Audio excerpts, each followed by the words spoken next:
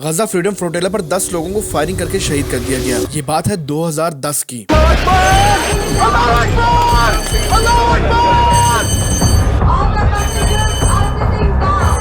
حال ہی میں غزہ امداد لے جانے والی تمام کشتیوں کو اسرائیل نے قبضے میں لے لیا۔ 500 کے قریب 47 ملکوں سے آئے ہوئے ایکٹیوسٹ کو بھی گرفتار کر لیا، جس میں پاکستان کے ایکس سینیٹر مشتاق احمد خان صاحب بھی شامل ہیں۔ ان لاشوں کو گوشت کے ٹکڑوں کو دیکھ کر تمہیں غیرت کیوں نہیں آتی؟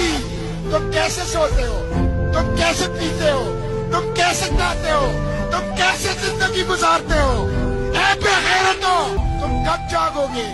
کب جاگو گے؟ پر کیا آپ جانتے ہیں غزہ کی طرف امداد لے جانے والا غزہ سمود فلوٹیلا کوئی پہلا مشن نہیں۔ یہ سب کچھ شروع ہوتا ہے 2006 میں، جب حماس 74 سیٹ سے غزہ میں الیکشن جیت جاتی ہے اور حکومت بنانے کا حق حاصل کرتی ہے۔ ان کے اس حق کو انٹرنیشنل کمیونٹیز نے ایکسپٹ نہیں کیا۔ اس کی کیا وجہ تھی، یہ ہم کسی اور ویڈیو میں بات کریں گے۔ حماس کا غزہ کا فل کنٹرول حاصل کرتے کرتے 1 سال ہو جاتا ہے اور یوں 2007 میں حماس پورے غزہ کا کنٹرول لے لیتی ہے۔ اس کے بعد اسرائیل کا شروع ہوتا ہے غزہ پر زمینی، فضائی اور بحری محاصرہ۔ نتیجتاً خوراک کی شدید کمی ہو جاتی ہے۔ فلسطینی تقسیم شدہ خوراک اور امدادی پیکیجز پر ڈیپینڈ کرنے لگ جاتے ہیں۔ ہاسپٹلز اور کلینکس میں میڈیسنز اور اکوپمنٹس کی شدید کمی ہو جاتی ہے، جس کی وجہ سے ڈائلیسس، کینسر ٹریٹمنٹ اور سرجریز ڈیلے ہونے لگ جاتی ہیں۔ فیول اور الیکٹریسٹی امپورٹ کے لیے اسپیشل پرمٹس بھی تقریباً روک دیے جاتے ہیں، جس کی وجہ سے صرف 4 سے 6 گھنٹے ہی بجلی ملتی۔ صاف پانی کی سپلائیز بھی محدود کر دی جاتی ہیں۔ غزہ کی اکانومی بری طرح تباہ ہو جاتی ہے۔ 50% سے زیادہ لوگ بے روزگار ہو جاتے ہیں۔ فشنگ اور مینوفیکچرنگ سیکٹر تقریباً ختم ہو کے رہ جاتا ہے، جس کی وجہ سے فلسطینی بیرونی امداد پر ڈیپینڈ کرنے لگ جاتے ہیں۔ پر کیا آپ جانتے ہیں اسرائیل کا یہ محاصرہ ختم کب ہوا؟ یہ محاصرہ ختم ہوا ہی نہیں۔ جی ہاں، آج تک یہ محاصرہ جاری ہے۔ درمیان میں اس کو نرم بھی کیا گیا، پر پوری طرح ختم کیا ہی نہیں گیا۔ اور پھر کہا جاتا ہے یہ سب اکتوبر 7 سے شروع ہوا۔ خیر، میں نے تو بات 2006 سے شروع کی ہے۔ تب تک فلسطینیوں کو اسرائیلی بربریت کا سامنا کرتے ہوئے 50 سال سے زیادہ ہو چکے تھے۔ 2007 کی اسرائیل کی اس ناکہ بندی کے نتیجے میں انٹرنیشنل کمیونٹی کی مجرمانہ خاموشی اور بے بسی کو دیکھتے ہوئے عام لوگوں نے شروع کیا غزہ فری موومنٹ کا سفر۔ اس موومنٹ کا مقصد تھا کہ غزہ امداد پہنچائی جائے اور بتایا جائے کہ انٹرنیشنل لا کے مطابق غزہ کی ناکہ بندی غیر قانونی ہے۔ 2010 میں 2 بحری جہاز غزہ کی طرف روانہ ہوتے ہیں۔ ان میں موجود 17 ملکوں کے آئے ہوئے ایکٹیوسٹ 1 ٹن وزنی امدادی سامان غزہ لے کر جاتے ہیں۔ یہ جہاز سائپرس سے غزہ 30 گھنٹے کا طویل سفر کر کے پہنچے اور یوں 1967 کے بعد غزہ پہ پہنچنے والے یہ پہلے انٹرنیشنل بحری جہاز بنے، کیونکہ 1967 کے بعد سے ہی اسرائیل کی غزہ کی بندرگاہ پر پابندیاں تھیں۔ اسی طرح 2008 میں غزہ پہنچنے والی ایک اور کشتی کامیاب ہوئی، پر اس کے بعد دسمبر 2008 میں جب ایک اور کشتی نے غزہ داخل ہونے کی کوشش کی تو اسرائیلی فورسز نے اسے روک دیا۔ بحری جہاز کو 3 دفعہ ٹکر مار کر نقصان پہنچانے کی کوشش کی گئی، جس کی وجہ سے مجبوراً جہاز کو لبنان کی طرف موڑنا پڑا۔ پھر ایسا واقعہ بھی دیکھنے کو ملا کہ غزہ فریڈم فلوٹیلا پر 10 لوگوں کو اسرائیلی فورسز کی طرف سے فائرنگ کر کے شہید کر دیا گیا۔ 2010 میں global civil society network کی طرف سے فریڈم فلوٹیلا کولیشن آرگنائز کرایا جاتا ہے، جس میں 6 کشتیاں شامل تھیں، جس میں ایک ٹرکش کشتی جو کہ سب سے بڑی تھی، جس کا نام ماوی مرمرا تھا، جس میں 600 کے قریب ایکٹیوسٹ اور جرنلسٹ موجود تھے، اور انہی میں پاکستانی جرنلسٹ سید طلعت حسین بھی شامل تھے۔ اسی شپ پر جہاں پر سب نے بہت اچھا وقت گزارا تھا،